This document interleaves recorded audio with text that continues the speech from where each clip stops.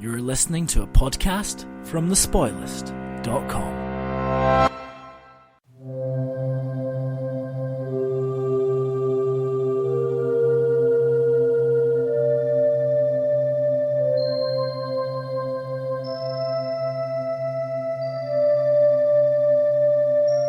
Cyberspace, the new frontier.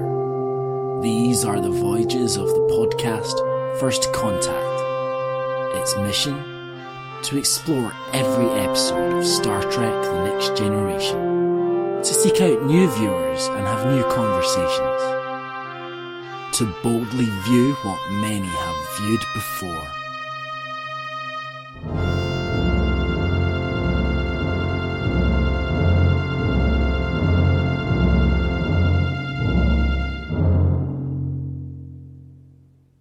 Welcome to another episode of First Contact. I am Andrew. I'm James. And I'm Alex. This time we are looking at Code of Honor, written by Catherine Powers and Michael Barron. This first aired on the week of October 12th, 1987. James, what's the plot of this episode? The Enterprise travels to Lygon 2 in order to negotiate with the proud tribal people led by Lutan for a vaccine to cure a plague on Styrus 4. The Lygons are a traditional tribal people, and Picard must honour their customs. But when Lutan kidnaps Tasha Yar, can Picard rescue his head of security without jeopardising the lives of millions? It all comes down to a fight to the death between Yar and Lutan's wife, for some reason. And it's incredibly racist. Racist, you say? Where on earth do you get that from? 1987 was an enlightened time. So, Alex, does this seem like a relic of past television? Well, I sat down to watch this and I had very much the same reaction I'd had to something else not that long ago, which is that I'd sat down after Christmas with the decision to try and watch all of the James Bond films, not to draw any more comparisons between myself and Alan Partridge. And I was watching through these films and seeing ones that I hadn't seen before, and I got to Live and Let Die, that I'd somehow passed by before. And it started, and we had all of the voodoo dancing and all of this, and a slight unease sort of crept over the room. Very similar to watching this for the entirety of its runtime. Really, this is our first trip to an alien planet in Star Trek The Next Generation, if you don't count Farpoint Station. And they decided to do that old Star Trek trick, which is basing the entire alien planet on one element of human civilization. We saw this a lot in the original series. But this time, it's got quite an uncomfortable vibe about it. And the conclusions that the episode draws from this experience with this different culture doesn't really ring especially true. That's the quote at the end of the episode. As you can see, Captain, you may excel in technology, but not in civilized behaviour. Yes, civilized behaviour. We have to talk a bit about that. Now, this race on this planet are a mass of contradictions. Somehow they have developed transporter technology. They can also mass produce a vaccine, which the Federation can't. Yet they have some odd ideas about women, although they own the land. I'm not that convinced by the overall world building there.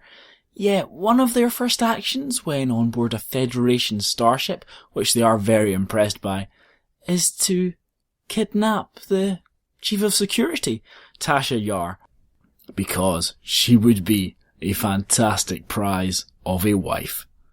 Yeah, it's so many racial stereotypes and such outright sexism. It's hard to know where to begin with that. But as I say, the minute that they turn up, you instantly think something's not good here. Something is not right at all. And one of the main tenets of the Prime Directive is you don't contact alien civilizations who haven't discovered warp drive. And have these aliens discovered warp drive? Now, they talk a little bit about the Prime Directive in this episode. If it wasn't for the Prime Directive, we could go and rescue our crew member. But as far as I can tell, that's not what the Prime Directive states at all. It's, do not interfere in other civilizations that have not discovered warp culture. Basically, don't make contact with them. Here, it seems there is a pre-established Federation relationship. They are negotiating. There's research being done. They're all studying to work out exactly how to play the situation. Yet, it seems they can't interfere because of the Prime Directive. It doesn't really seem that the writers have down, or indeed the writing Bible has down, exactly what the Prime Directive is by this point. Yeah, I mean, it's confusing. Although, I suppose you could say that for the entire episode. I was at times finding that I wasn't really grasping necessarily what was going on, and I can't tell whether that's because I was distracted or whether at points it just wasn't really hanging together. I really don't think it's any heresy to say that this is the worst of the three so far by some considerable margin. Will Wheaton has said that if the cast weren't all African American, as he puts it, then it wouldn't be seen as racism.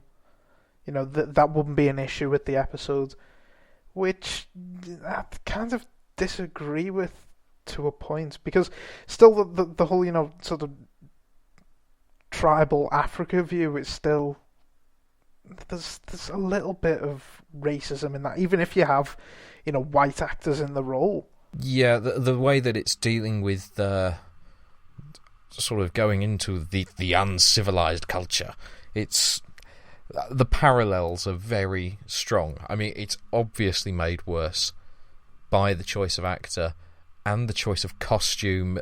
It's exaggerated to a horrible degree. But I think the problem starts, you're right, in the script.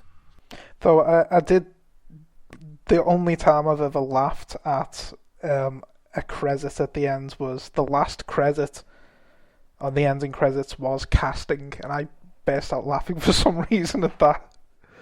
Because I think that is where it does do the most damage in casting. But the script isn't completely... some fault does lie in the script. Well, I mean, Will Wheaton is definitely right in some extent in that if you hadn't cast it that way, it would have lessened the impact. It still has clear parallels, but by casting the way they did, it's just made it so much more apparent, and it's not good. It really isn't good. Yeah, so I think we can agree we all find this a little bit troubling, but I actually think maybe you can forgive that to some bad production design, a little bit of naivety. But the sexism on show here, and this episode coming from a female writer, incidentally, I found this incredibly mind-blowing. I think in the scene that it most stood out to me was when Troy basically tells Yar that she's excited at the prospect of this man kidnapping her, that this is what she wanted to happen because basically all women just want to be wanted by a man. Now, I made a note of that line because that was one of those things that I ended up rewinding because I thought, I haven't got a grasp on this. And after several more times, no, I still don't think I do. With Troy saying, Lutan is such a basic male image. And having him say he wants you. And then Yar, well, yes, of course, it made me feel good when he... Troy, I'm your friend and you tricked me. Did she? I mean, it's that... That's a very odd line to start with, and the way that it's dealt with, and it's... That whole scene is appalling from start to finish. It's terrible. It's a terrible idea and terribly executed.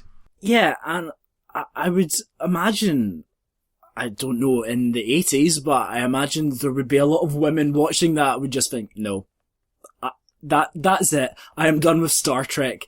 this is terrible. It purports to be enlightened. Yes, we've got this chief of security woman who Picard describes as a rather lovely female. Just, oh. But even from what's been established of Tasha Yar, and I mean, okay, it's from The Naked now, putting her in this role where, you know, she likes the bad boy seems completely out of character. You know, her hiding from the rape gangs, I would have thought that it just seems completely wrong. That was something that I was thinking as I was watching it, that it just didn't gel. After you've made a point in the previous episode of setting up that not particularly nice backstory, and one that really didn't gel with that episode. So, you know, you have to go to lengths to put it in, to then go from that to this. That's very odd. Very odd. And I really don't think that there was a strong enough nailing down of that character. And because you're going from that previous episode to this, and that contrast, it comes across, you're right, as terribly sexist. Well, talking of things that don't gel, I would say we're in the middle of a crisis here. The chief of security has been kidnapped. They don't seem that keen to do much about it. They're more concerned with protocol. Well, let's all leave her there. Let's not act. Let's look at the research before we go and do something. We don't want to risk losing the vaccine. I just thought the crew didn't seem too much of a sense of urgency without knowing what had happened there. I was struggling to sort of grasp some of the core plot points, and I think that probably was because I was distracted with Joe on the floor at the display in front of me. But was there ever any reason why they couldn't just beam down and take the vaccine and take Tasha Yar at the same time? I believe the Prime Directive comes in and they go, no, you can't do that, because they've just decided that this is what the Prime Directive means in this episode. I think it's played much better in later Next Generation episodes, and in Voyager as well. It's played quite well. Because I think you can't have, you know, the heroic crew just stealing the vaccine. Even though the people on the planet, they want it their way. You know, they want to take Tasha and they want this fight to the death. You can't really have the crew of the Enterprise just basically stealing from them. It just wouldn't be right for your heroic crew to do something not heroic. Fair enough. I think the reason it stood out is that you get to that point of, right, well, a fight to the death, that's the best option. Is it? Is it really? I mean, you have the thing with, but you see, our plan all along was to resurrect her, and that's an issue that we'll come back to. But I don't know. Did it? Is it just me? Did it come across as really having a good plan? Because it seems like a pretty flawed plan. Well, to me, the episode seems to just be built around the idea that they will lead up to a fight to the death. Well, let's talk a bit about this fight to the death. It is incredibly contrived, the entire scenario. This planet, the politics I'm not very sure of. It is in some ways matriarchal. The women own all of the land.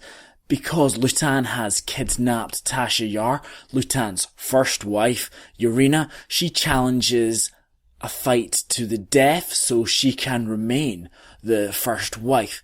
But I know exactly what they're trying to do here. They are evoking one of Star Trek's great episodes, Amok Time, in which Kirk and Spock are forced to fight to the death on Vulcan so that Spock's betrothed can get out of the arranged marriage to him.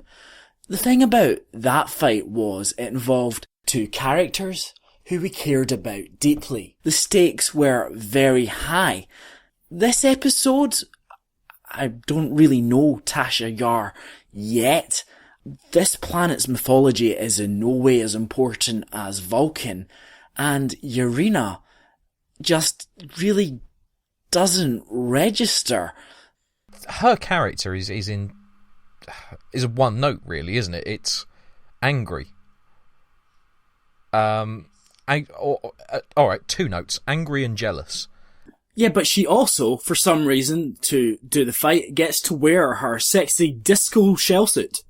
I think the less said about that, the better, to be honest.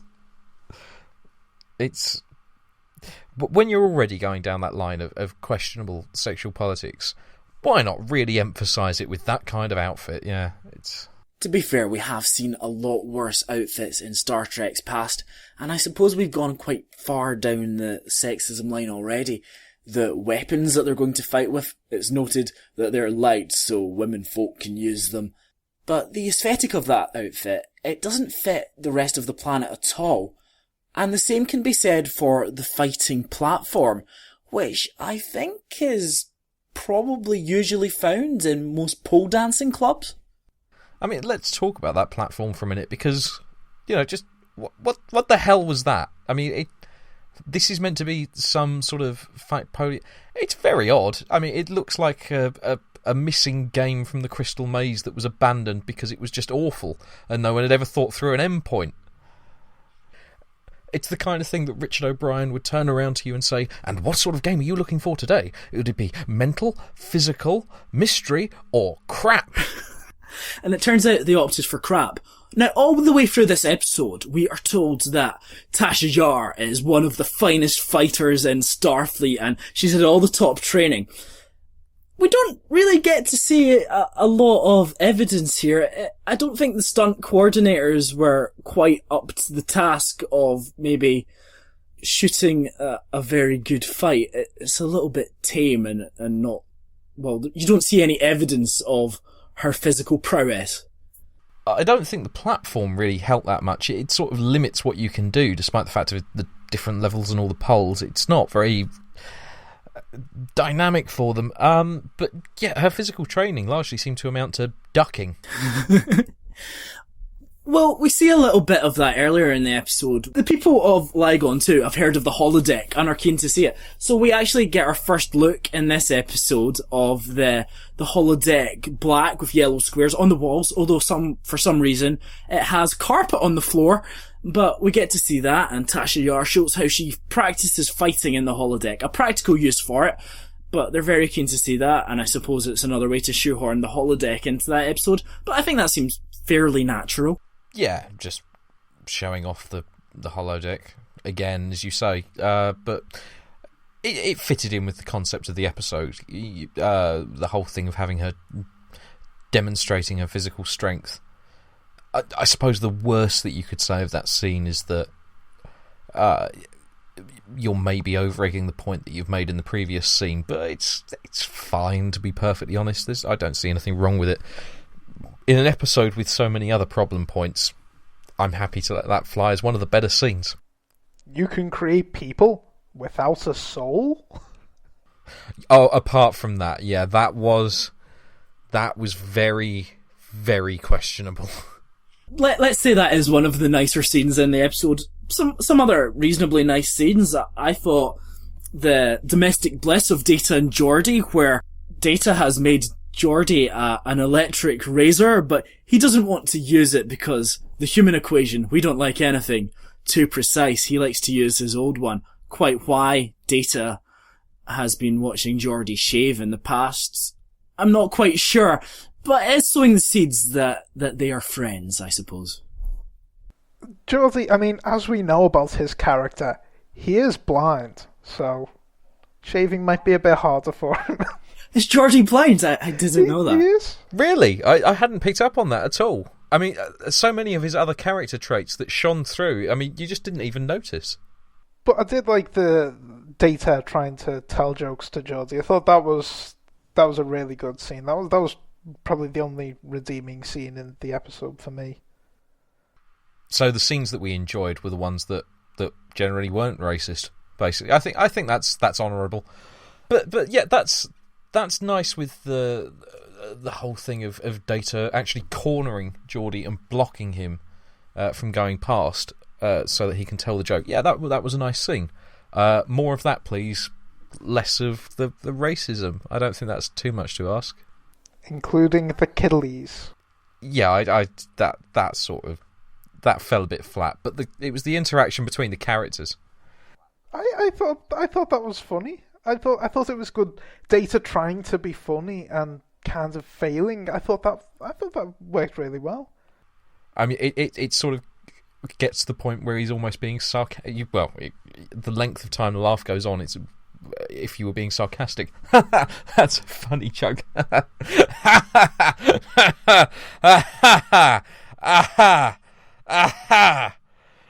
Now, some other stuff in this episode I wanted to address, and perhaps completely incongruous, I would say there was a bit of a crisis going on, and Beverly corners Picard to talk about how her son isn't getting the backing that he really needs, and he gets invited on the bridge once again. Not only invited on the bridge, but to sit at Ops. Now, Ops, Data is Operations Manager. That's probably the most important seat on the entire bridge away from the captain. It controls all the resources of the ship. Now, did anyone else think this was a little bit strange, or are they rewarding him for saving the crew in last week's episode?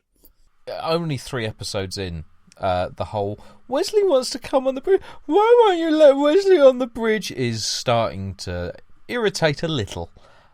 The thing I find odd is that clearly to take any of those seats on the bridge, they would have to have been through the Starfleet Academy and whatnot, and the idea that you'd let someone on the bridge, yeah, quite rightly, if I were in Picard's position, can I come on the bridge? No, sod off. I get where they're going with it, but yeah. The good thing about it is from this point you don't get any more can he be on the bridge, you just get him being on the bridge. Is that a good compromise? I don't really know. Well, talking of people on the bridge, there was no Worf this week. Did anyone notice his absence? But he hasn't had much of a contribution in the show up to now, so you wouldn't really notice. You wouldn't really notice him being missing in any episodes until season 2. Anyway, now, the main reason we're here on this planet negotiating for this vaccine is because of a plague on some other planet that we've never heard anything about, and millions of people are dying, so a message on a screen tells us at one point. They don't really get much of a sense of peril throughout this episode. Well, no, the perils all sort of shifted onto the kidnap of Tasha Yar, but it's not really that strong a peril, because as you said earlier on, people seem fairly nonplussed. She's gone. Oh. That's a shame, isn't it? And it's one day later, apparently, when Lutan replies and says, "We will return her to you." In what? A bin bag cut up into small pieces? I mean, and apart from, escorting her around roughly by the shoulder, they're treating her pretty well. Yeah, and plus, what woman doesn't want to be kidnapped and wanted by this fine, physical man that he is? It's flattering. Well, yes, of course, it made me feel good when he kidnapped me and... Now, we've talked a bit about the fight itself, but the resolution. Picard, the great diplomat, he comes up with a plan. It seems he's also read the script to a mock time. But did we see any problems with the plan that he comes up with for Jar to essentially win the fight, and then Urena will be beamed up to the ship, and who knows what's going to happen there? Well, that seems a bit ridiculous to me, because a person does end up dying. One of the gloves comes off and hits somebody in the audience, and that person dies. And surely this whole ending is supposed to avoid somebody dying. Somebody does anyway. Well, there's 2 big problems with the ending. One of which is the whole idea of, she died, we brought her back to life. And not even, just a sort of, oh, you were momentarily dead, but we restarted your heart. No, you've had lethal poisoning. Doesn't matter, though. You're back to life now. That's a sort of a bit of a lazy cop-out. But the other problem is that, so she dies, and that means because she died, she's not married anymore. But then because she's not dead, she retains her lands and whatnot. So how does that work? Why for one element is her death registered, and for the other one her death isn't? It's not very well thought through.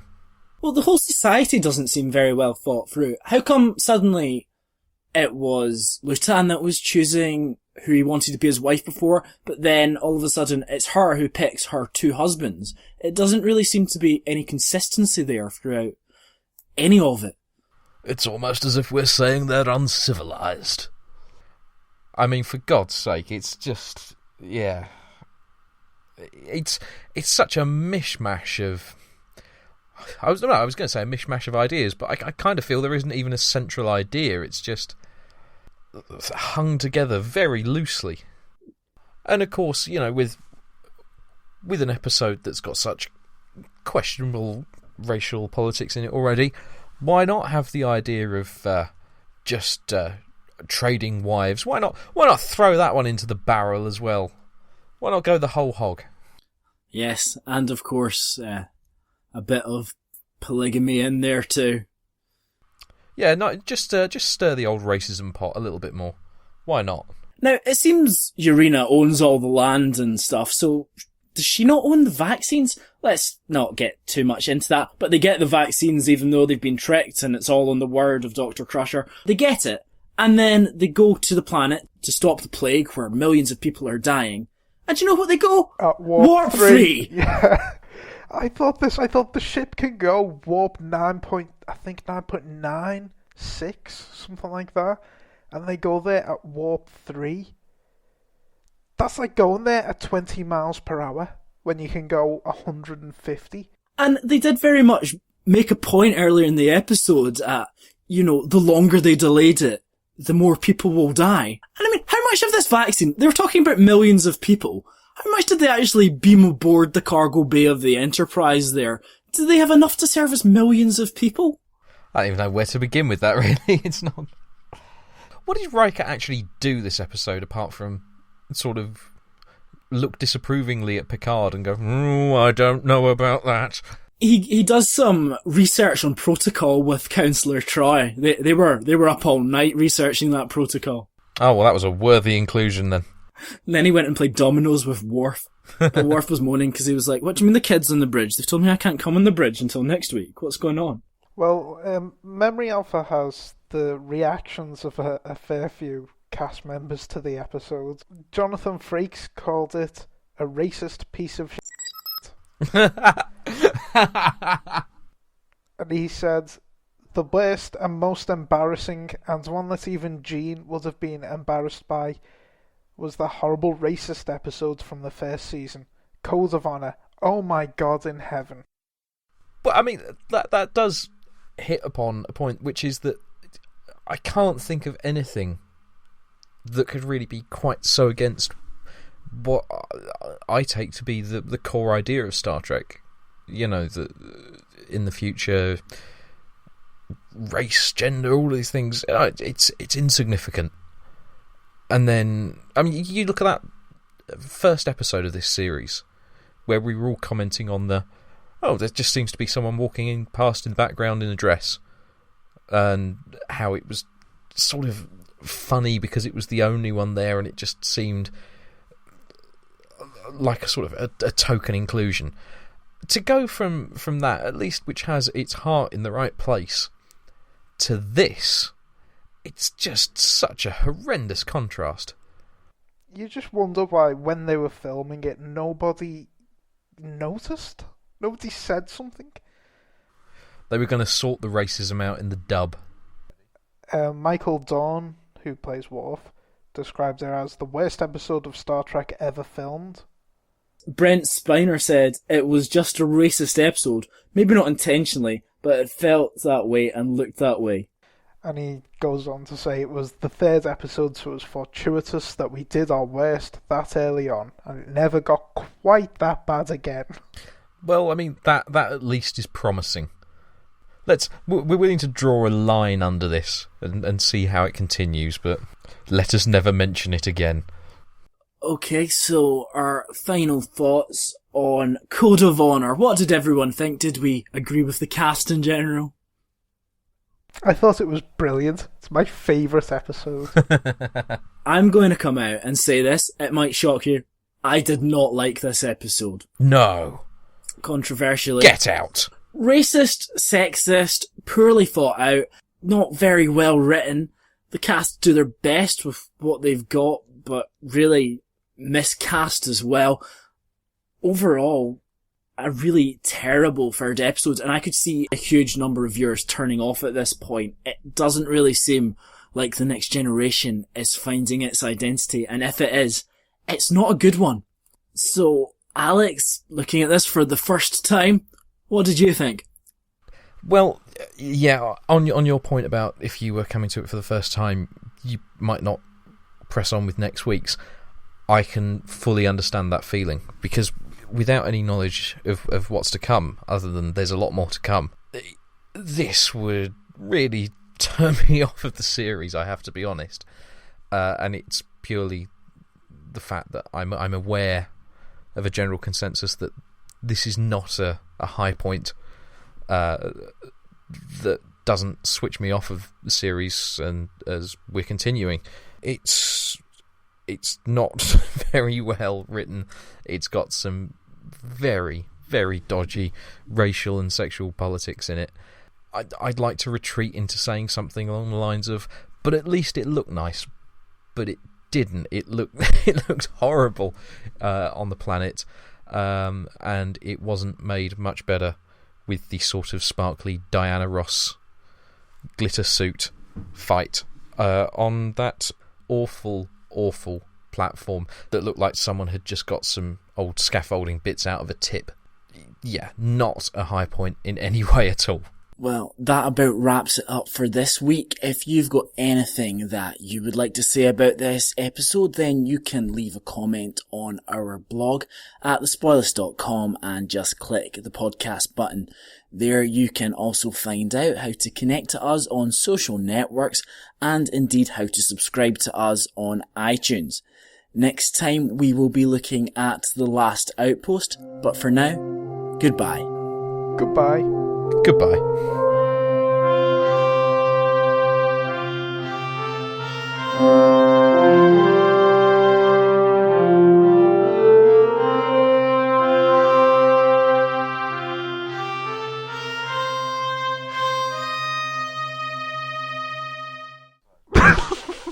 I only like the racist episodes of Star Trek.